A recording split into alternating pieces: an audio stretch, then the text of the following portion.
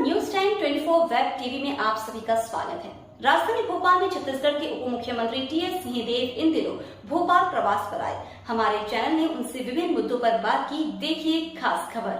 तो हमने हाल ही में आपने डिप्टी सीएम आपको घोषित किया गया है, क्या लगता है आपको आने वाले दिनों में कितनी चुनौतियाँ है?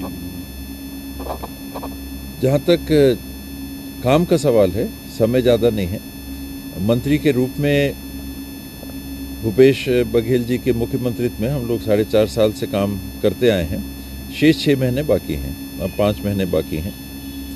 तो इनमें जो काम हुए वो सरकार के कोटे के काम थे, हम लोगों ने किया। अब आचार संहिता लगने के पहले के 3 महीने बचे। काम का जहाँ तक सवाल है, एक सप्लीमेंट्री भी बजट आएगा, अभी विधानसभा का सत्र बुलाया गया है, उससे एक अंदाज़ लग जाएगा कि नए और काम कितने, जो आय के स्रोत हैं छत्तीसगढ़ सरकार के पास, उससे हम कितने काम कर सकते हैं।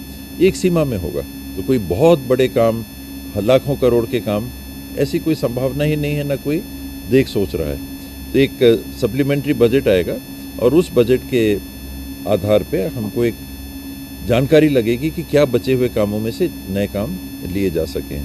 शेष जो काम हुए हैं उनके आधार पे हम मतदाताओं के पास जाएंगे। उनका विश्वास पिछले चुनाव में हम लोगों ने मांगा था, चाहा था, और अभूतपूर्व सहयोग मिला। मैं कम से कम कभी नहीं सोचता था कि 90 में 68 सीटें कांग्रेस की आएंगी। मन में ये था कि 52 से ऊपर तो रहेगा, क्लियर मेजॉरिटी रहेगी, हो सकता है 60 तक भी चले जाए।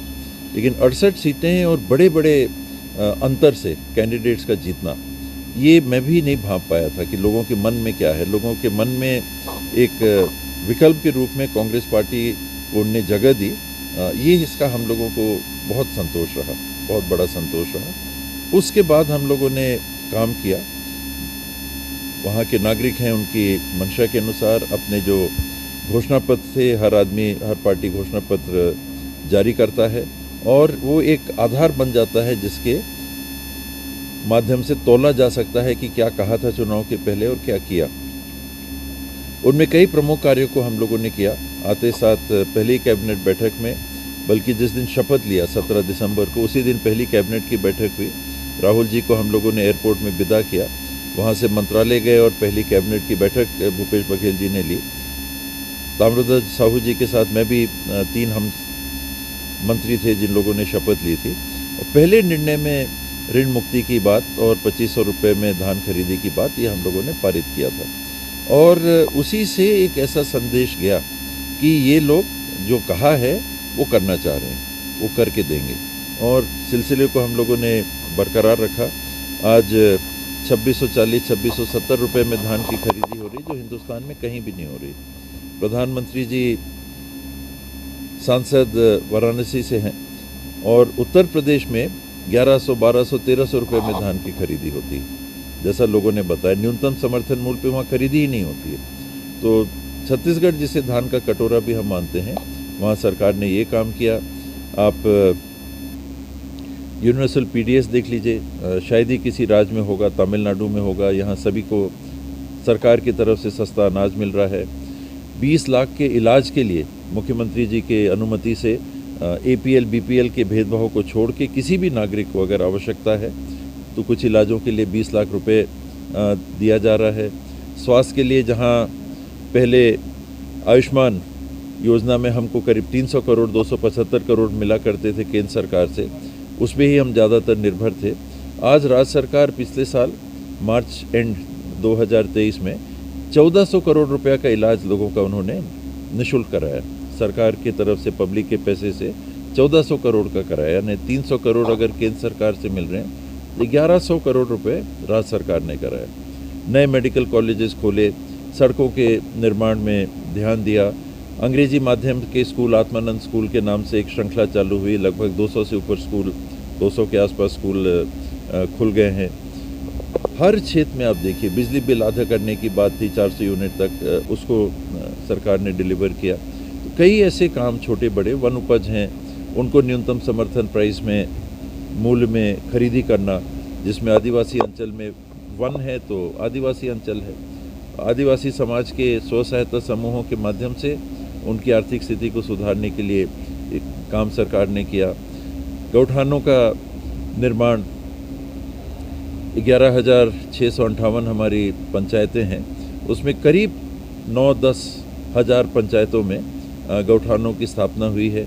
वहाँ भी रीपा के माध्यम से रूरल इंडस्ट्रियल पार्क एक नया योजना सरकार ने चालू किया है। वहाँ शेड बना के, अपनी ओर से शेड बना के महिला स्व सहायता समूहों को, और ये मैं 10,000 पंचायतों की बात कर रहा हूँ, लगभग 10,000 पंचायत, और उसको 5 से आप गुणा कर दीजिए, 50,000 समूह, और उसको 10 से गुणा कर दीजिए, 5 लाख सीधे महिलाओं को रोज़गार से जोड़ने का। अगर एक समूह में 10 महिलाएं हैं तो ये एक पहल हुई है। तो अलग अलग बिंदुओं पे सरकार ने प्रयास किया है। गन्ना 355 रुपये में खरीदी, मेरे ख्याल से देश में शायद ही कहीं होगी। कई इस प्रकार के काम हैं जिनको सरकार ने कहा था चुनाव के पहले और पूरा किया। वैसे ही कामों के आधार पे हम मतदाताओं का भरोसा चाहते हैं कि आने वाले समय में अगर कुछ काम छूटे हैं जो छूटते हैं, ऐसा नहीं है कि हमने हर कुछ कर दिया। अगर हर कुछ कर दिया तो फिर अगले चुनाव कराने की ज़रूरत क्या है?